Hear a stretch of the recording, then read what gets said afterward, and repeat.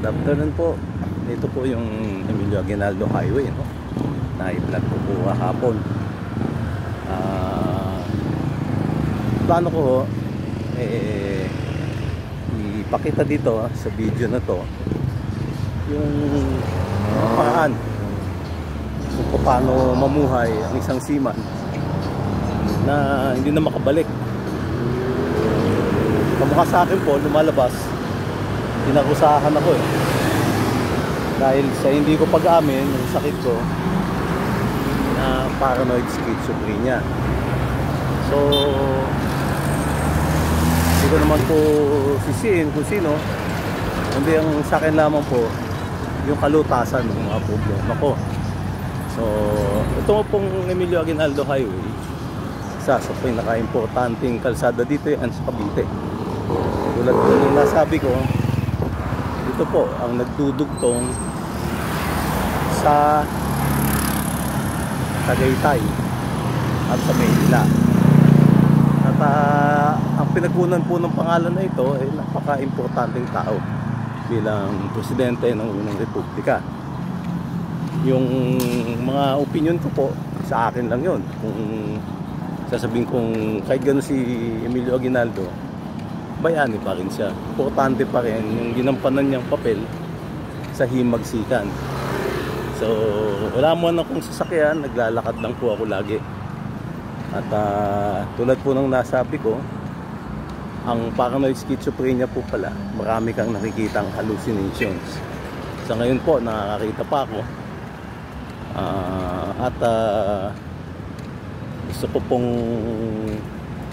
magkaroon ng kalutasan ng sakit na ito at magawa ko po ng paraan yung kakulangan namin sa pera, mag-anak. So susundan ko po itong video na to sa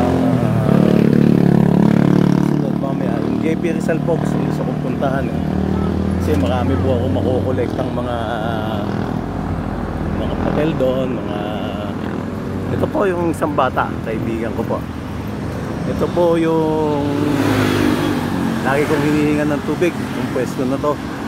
Wala po siyang pangalan kaya ano ko na lang po na sakaling mapupunta kayo dito, recommend ko po yung tindahan yon, yung karinderya na yon. Ito po yung mga naging kaibigan ko, silang tumutulong sa akin, bibigay ng mga gamit na pwede ko ibenta.